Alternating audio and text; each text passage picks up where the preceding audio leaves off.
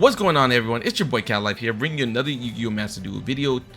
Today we are going to be playing some live twins. Now, if you guys are new to the channel, do not forget to go ahead and comment, like, and subscribe, as it does help the channel grow. And we are about 60, no, probably, yeah, maybe about 60 subs away from 1,000. So if you hit that subscribe button, please do. It'll be amazing. I would really appreciate it. But anyways, we are going to be in my boy Ninlock's account. He was kind enough to let us go ahead and use his Steam account to go ahead and work on this deck. As he already had one, I went ahead and updated it to my liking. So this is what I would probably be playing when it comes to this deck. Right, so what are we playing exactly? Well, we are going to be playing 2 Maxx's, 3 Ki-Sikils, 3 Lil-Las, 1 Lil-La Treat, 2 Ki-Sikil Frost, 1 Ghost Ogre Snow, 3 Ash Blossoms, 1 Ghost Belle and Haunted, 1 Artifcact Scythe, 3 Spyral Exceeds, 1 Evil Twins Ki-Sikil and Lil-La. And then for the spells, we were playing Raigeki, Harpie's Feather Duster, Pot of Avarice, Lightning Storm, 3 Secret Passwords, 3 Live Twin Sunny Snitches, 2 Called by the Graves, 2 Forbidden Droplets, 1 Live Twin Home, 3 Evenly Matched, and then 2 Infinite Impermanences. Now for our extra deck, we are playing number 41 Baguska, 1 Link Disciple, 1 Link Devotee, 1 Maskiana, 1 Dagda, 2 Evil Twin Ki-Sikils, 3 Evil Twin Lil-Las, 1 Unicorn, 1 Avarice, 1 Unchained Abomination, and then finally 1 access code with 1 Underworld Goddess. And look how nice this Underworld Goddess card looks like, right? It was funny because I crafted this card for him and he was like, bro, how did you get the full art? So he was really happy about that for me. But anyways, if you guys are new to this deck, from my understanding is this is basically a 1 card combo, right? You go ahead and summon out one of your live twins, either being this or this. When you summon out this one, it can go ahead and special summon this one from the deck. And then if you have one of these in your hand, you can go ahead and special summon that as well, as long as it's the opposite sister, right? So if you have the red one, the pink one on the field, you can summon out the blue one. If you have the blue one on the field, you can summon out the pink one.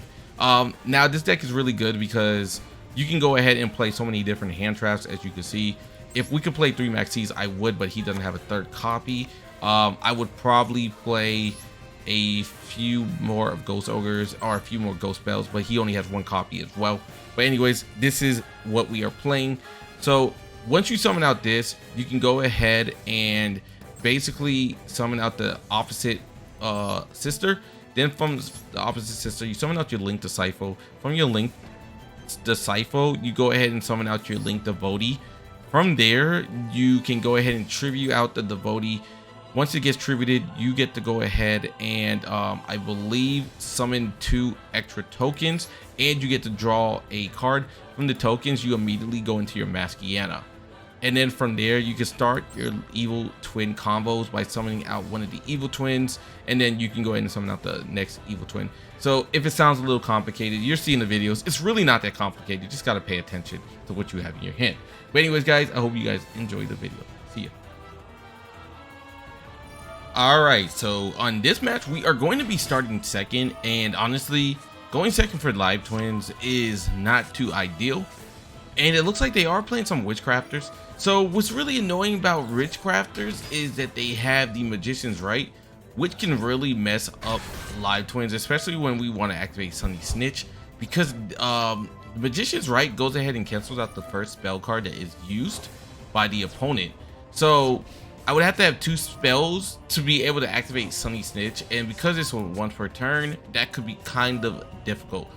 But don't worry, we do have the Evenly Match, and so as you're gonna see, I'm actually just going to skip my Bane phase and immediately go into my battle phase. The reason I do that is because the Witchcrafter Madam is able to go ahead and discard 1 card. And while it discards 1 card, it can go ahead and negate all effects on the field. So I decided to use the Evenly Matched to go ahead and banish off both his spells right there, which I knew he would be able to go ahead and keep his Witchcrafter Madam, because he wants to be able to just go ahead and discard any spell in his hand to go ahead and negate. So anyways, knowing that, I now decide to go into the combo. I go into my Link Disciple. From Link Disciple, I'm going to go into Link Devotee. And then from Devotee, what I'm going to do is go ahead and activate Disciple ability, tribute it since it's linked to it to draw 1 card. Then I'm able to go ahead and summon off 2 Link tokens. These Link tokens are gonna let us go into Mask Arena, and we have to go into Mask Arena before we can go into our Evil Twin Ki. Now with the Evil Twin's Ki, I'm going to go ahead and summon out Peril Exceed, and then from Peril Exceed, I can summon out a second Exceed from the deck. Going to our big boy number 41 Bagooska.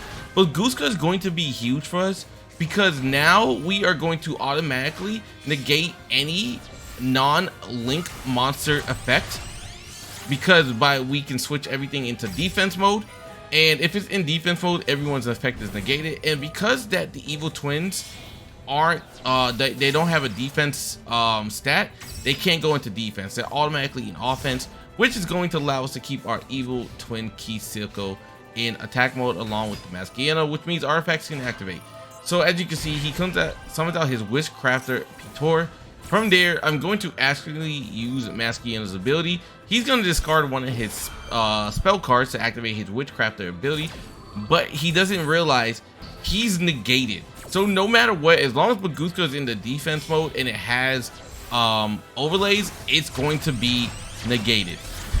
So we go into the Unicorn. From Unicorn, I'm going to go ahead and summon out the Evil Twin Lil-La. From Lil-La, I'm going to then be able to bounce back his Witchcraft of Madam and then activate Evil Twin Lil-La's ability to summon out our other Evil Twin, which is going to be the Ki-La, the Ki-Sikil. And so he summons out his Witchcrafter Golem. That gets negated. This card bounces back into his deck, so goodbye to that. Now we could go into the Evil Twin's ability. We get to draw 1 card. He's going to go ahead and activate his ability to go ahead and send a card to the graveyard. We activate Frost, which is going to be banished, and we can draw 1 card, which happens to be our Sunny Snitch. From there, he's going to keep activating cards. He places 1 card face down, realizes everything's going to keep getting negated, so just goes ahead and scoops. So as you can see, if you combine Bagooska with the Evil Twins, this combo is like really good. Really good. All right, here comes match 2. So we are going to be going first, which is really good for us. So I'm going to activate our secret password.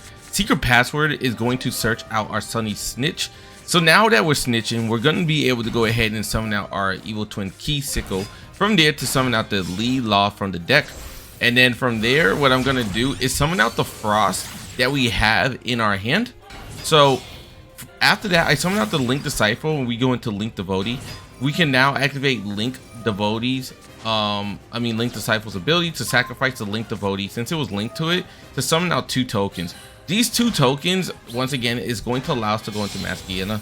So this is what makes this combo so good, is Maschiana off of 2 tokens is really good. And then from there, we can just go keep setting up with the Evil Twins. We can now use Ki-Sikil to summon out the Lil-La. From there, go into Lil-La, the Evil Twin version, and then from there we can summon out another Evil Twin Ki-Sikil. Now we happen to draw into a Peril Exceed, which is going to be huge for us. So now we can go ahead and summon off the Peril Exceed, activate his ability again to summon off a second Peril Exceed, and now we're going to go into a number 41 Bagooska. So this is a play I usually like to set up with, just because I'm able to go ahead and negate any monster effect that's not a link. And guess what? We are playing against Drytrons. Now, Drytrons, we have not seen in a while, but you know, it is nice to see them because they're not as oppressive as they used to be. They're still pretty good, but not super oppressive.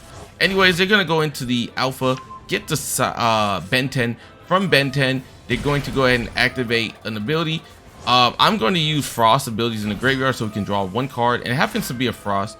He summons out the Celestial, not really sure, but he decides he's going to go into a Nightmare Phoenix. From the Nightmare Phoenix, he's going to activate his ability to go ahead and destroy our Infinite Infinites. I'm going to use our Ghost Ogre in the graveyard to go ahead and just destroy his Nightmare Phoenix. Now with the Nightmare Phoenix gone, he's going to sacrifice his Alpha again to summon out his Link for Evil. He's going to now use Gamma's ability to summon Gamma and also another Drytron monster, which I believe is going to be Alpha. And he's also able to go ahead and send his Ben 10 to the graveyard.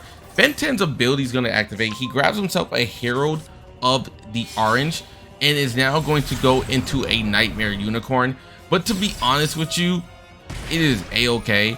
He's going to use Nightmare Unicorn now to go ahead and get rid of Baguska. I'm going to activate our Lil-La. He's going to activate Herald, which we just saw him add. So now it's time for us to activate Masquerena. Now with us activating Masquerena, we can just go ahead and know that Baguska is going to get sent to the deck anyways. Might as well just go ahead and use it as a link. And we're going to summon out the Underworld Goddess using his own monster, which is going to just cause Drytron's problems, as they need to be able to special summon it from their graveyard. So from there, we're just going to go ahead and use the Sunny Snitch ability again, get ourselves a Lil-La, summon out the Lil-La, summon out the Frost, and they're just going to go ahead and scoop. So as you can see, if you combine Masquerena with the Underworld Goddess, you basically have a unkillable thing, as the only thing that was affecting it before was that it needed to be targeted for it to be destroyed. But now, thanks to Masquerena's ability, it's unaffected by any card effects. So another GG's. Let's get into the next one.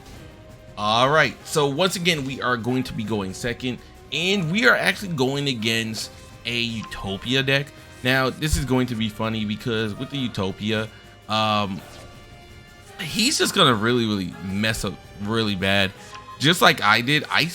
Bro, when I tell you guys, I was watching Teen Titans around the time. I'm gonna mess up super bad when it comes to this deck, but we are gonna get off the Maxi. Now the reason I say I mess up is because I was not paying attention to what I was doing. So when I went ahead and activated some card effects, I just thought it was GG's. But this is what I'm talking about, guys. Yu-Gi-Oh is so funny.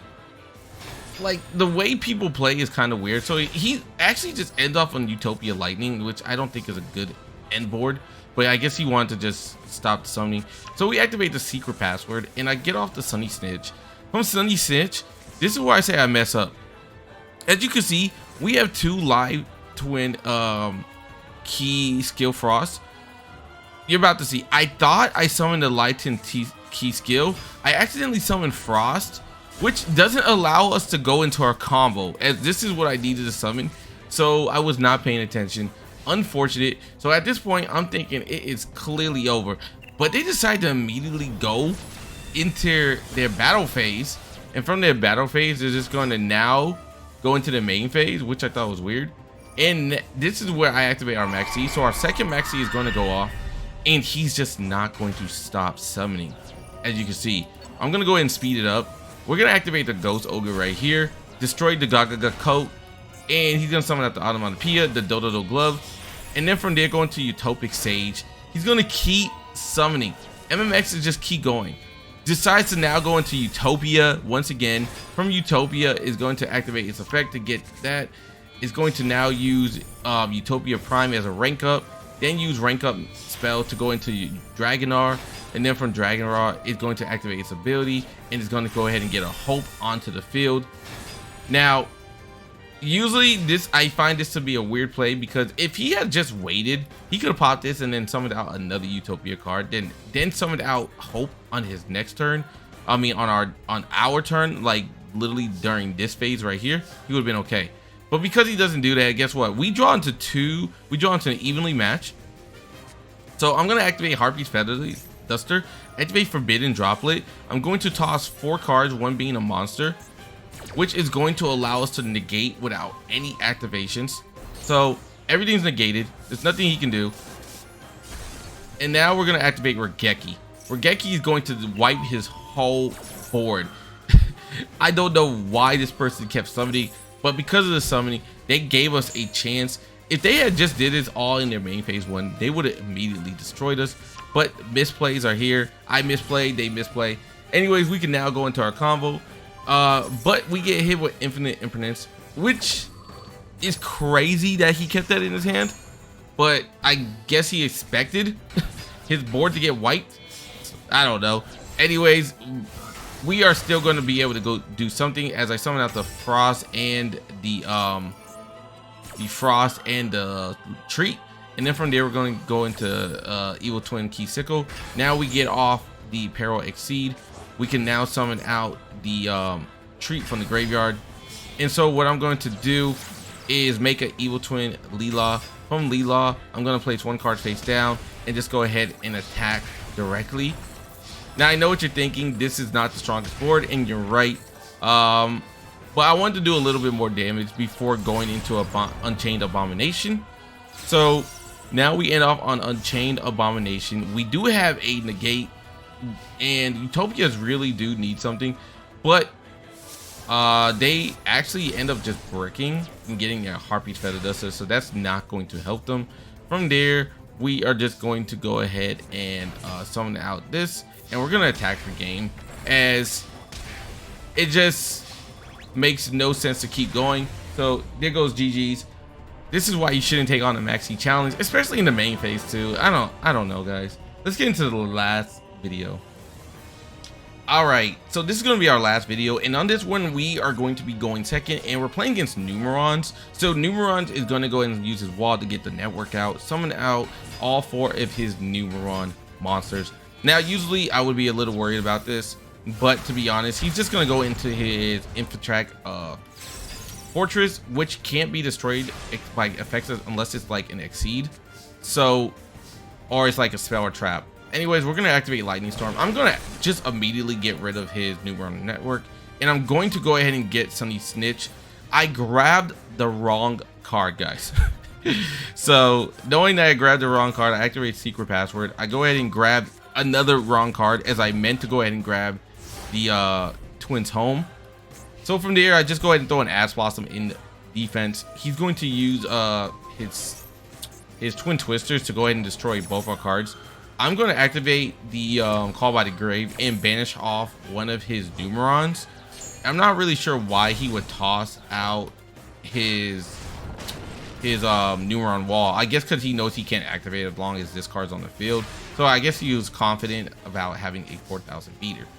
Anyways, it is our turn, so now I decide let's go ahead and actually make a play. So I summon out the Evil Twin Lil-La, and then from Lil-La we get the Ki-Sikil. From there we go into our Frost. We summon out Link to Scythe. From Link to Scythe, now we're going to go into the Devotee.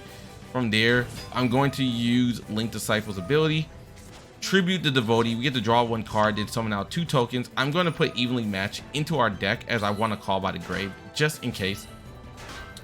So then after that, we summon out the Maschiana. By summoning out Maschiana, we can now go into the Evil Twin Sickle. From there, we're going to summon out the Lil-La. From there, we're going to summon out Evil Twin Lil-La, right? Which is going to allow us to then summon out the Evil Twin Sickle, which is going to allow us now to draw a card. We do draw into a Forbidden Droplet, which is really good. Now we're going to go ahead and link into Sickle again. I place Droplet and Call by the Grave face down, and we're just going to end our turn. Now the reason I didn't do anything else is because when you're using the Link, the Scythe, and Devotee, you are locked into only Link level 2 monsters, which means now on our turn, I'm going to now go into the Unchained Abomination, which we're going to go ahead and wait for him to go into the battle phase, and he's just going to go ahead and attack. We use our Forbidden Droplet, which is going to get him destroyed. Then they tried to use Lightning Storm. It doesn't work on us, which is just going to be really troublesome for them. So now we get a Live Twin Lil-La, where I'm just going to go ahead and attack. From the Lil-La, we're going to do about 35 damage, and I'm just going to end turn.